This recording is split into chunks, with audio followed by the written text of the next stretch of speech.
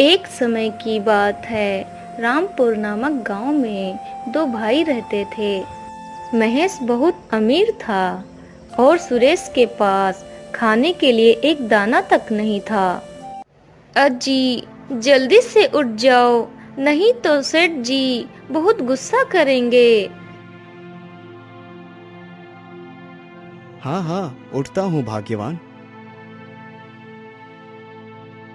अरे बाप रे बाप, आज तो फिर से लेट हो गया। भाग्यवान, मैं जाता हूँ, नहीं तो आज मुझे सेठ जी काम से निकल ही देंगे।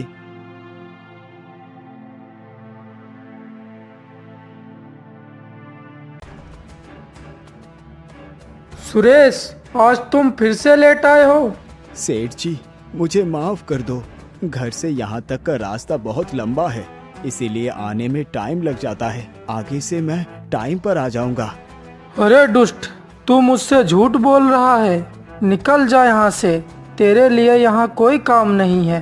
लेकिन सेठ उसकी कोई बात नहीं सुनता।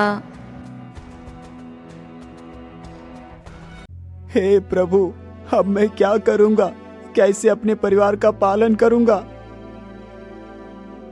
अजी, आप इतने परेशान क्यों हो? क्या हुआ है? फिर सुरेश सारी बात अपनी पत्नी को बता देता है। तुम परेशान मत हो, तुम अपने बड़े भाई के पास जाओ, वह तुम्हारी मदद जरूर करेंगे। ठीक है भाग्यवान, तुम कह रही हो तो मैं कल चला जाऊंगा।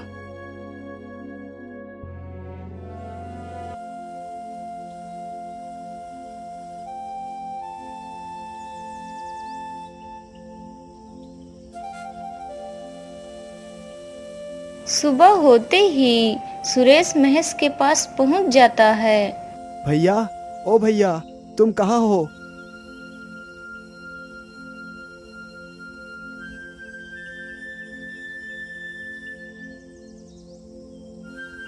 बोलो सुरेश, क्या बात है? सुरेश अपने भाई को सारी दुख भरी कहानी सुना देता है। सुनते हो जी, जरा यहाँ आओ। हाँ हाँ भाग्यवान, अभी आता हूँ। देखो जी, मैं इस भिखारी को कुछ भी नहीं दूंगी। इसे कहो यहाँ से भाग जाए। महेश अपनी बीवी के कहने पर भाई, मेरे पास तुम्हें देने के लिए कुछ भी नहीं है। सुरेश वहाँ से उदास होकर चला जाता है। हे भगवान, आप मुझे कौन से जन्म की सजा दे रहे हैं? अब मैं किससे मदद मांगू? ठीक है ऊपर वाले, जैसी तेरी मर्जी। अरे कोई है, मेरी मदद करो, मदद करो मेरी। अरे ये किसकी आवाज है?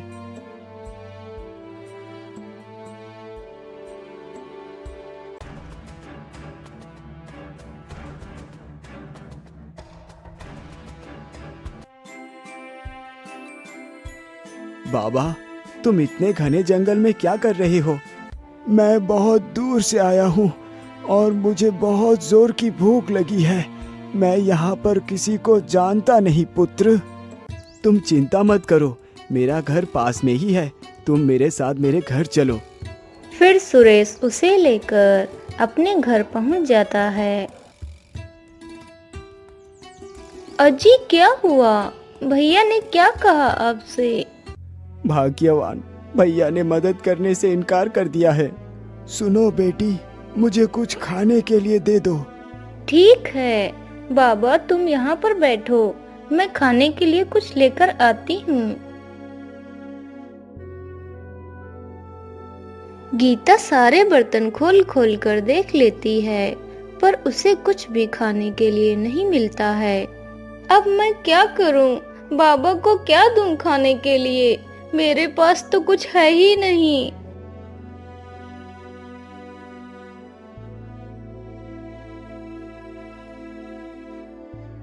चलो, मैं इसे ही बाबा को दे देती हूँ।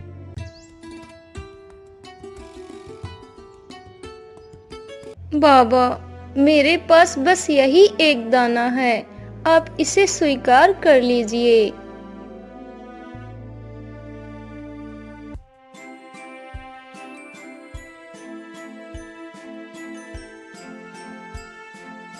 मांगो पुत्री, तुम्हें क्या चाहिए? मैं तुम लोगों से बहुत प्रसन्न हूँ। तुम्हारे जितना दयालु और कोई नहीं है। प्रभु, हमें कुछ नहीं चाहिए। आप अपनी सदैव कृपा हमारे ऊपर बनाए रखना। भगवान शंकर ने उनके घर को महल बना दिया और फिर वहां से अंतर्ध्यान हो जाते हैं। सुरेश गांव वालों की मदद करने लगता है। महेश यह सब देखकर उससे जलने लगता है। ये तो मेरी सारी इज्जत मिट्टी में मिल रहा है। अब मुझे इसको सबक सिखाना ही पड़ेगा। फिर महेश सुरेश को मारने के लिए एक सफेरे को बुलाता है। महेश सफेरे को सारी बात बता देता है। ठीक है, जो तुम चाहते हो वैसा ही होगा। फिर सफेरा वहां से चला जाता है।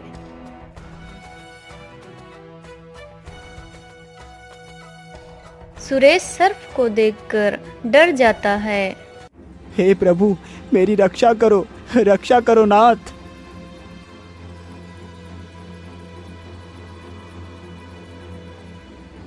सर्प महेश के घर में घुस जाता है और महेश की पत्नी को डस लेता है। सुनीता, उठो सुनीता, आंखें खोलो। तुम मुझे ऐसे अकेले छोड़कर नहीं जा सकती। महेश सुरेश के पास जाकर माफी मांगता है। तुम चिंता मत करो प्रभु, आपने मेरी सदैव रक्षा की है। प्रभु, मेरी भाभी को माफ कर दो। नाथ, उन्हें ठीक कर दो।